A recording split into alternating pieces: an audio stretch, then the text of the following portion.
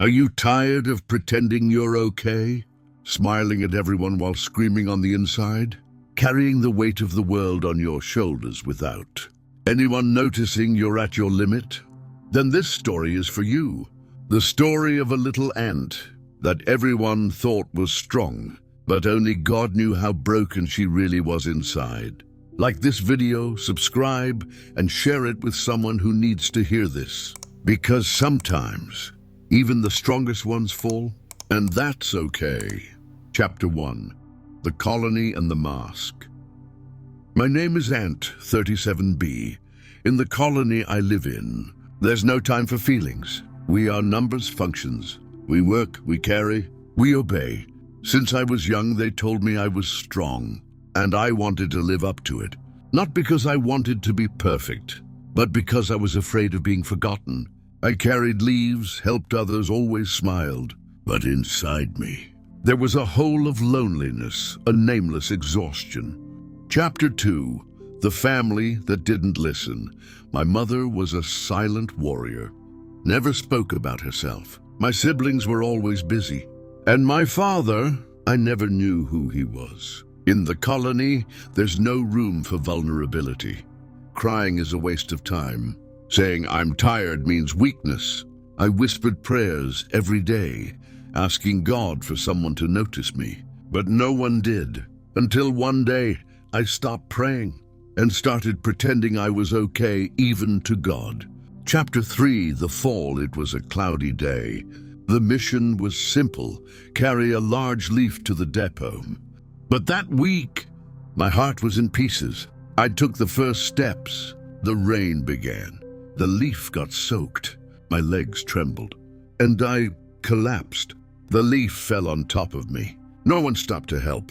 I stayed there alone, covered in mud and tears. And then I cried, truly for the first time. Not because I was weak, but because I couldn't pretend anymore. Chapter 4. The Breath of God. In the middle of the mud, when I had no strength to pray, I felt a gentle wind. Not just any breeze, it was God.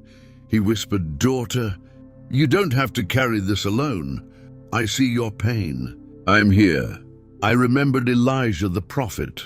He performed miracles, confronted kings, and one day asked to die. God didn't condemn him. He sent an angel, warm bread, and rest. God doesn't abandon us when we fall.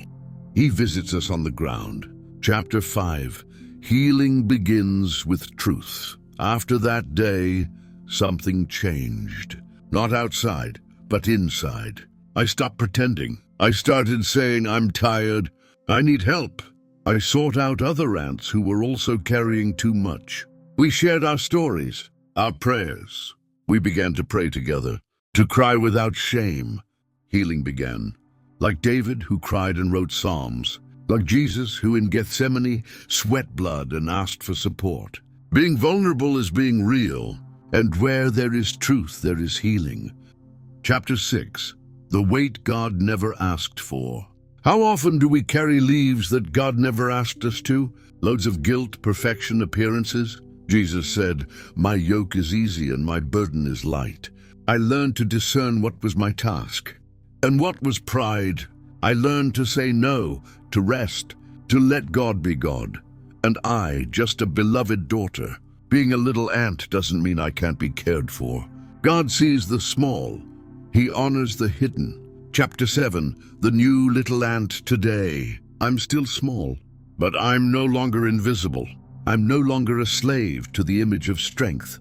Now I walk slowly, and if I stumble, I know God lifts me up. I discovered I'm not strong because I handle everything. I'm strong because God is my strength.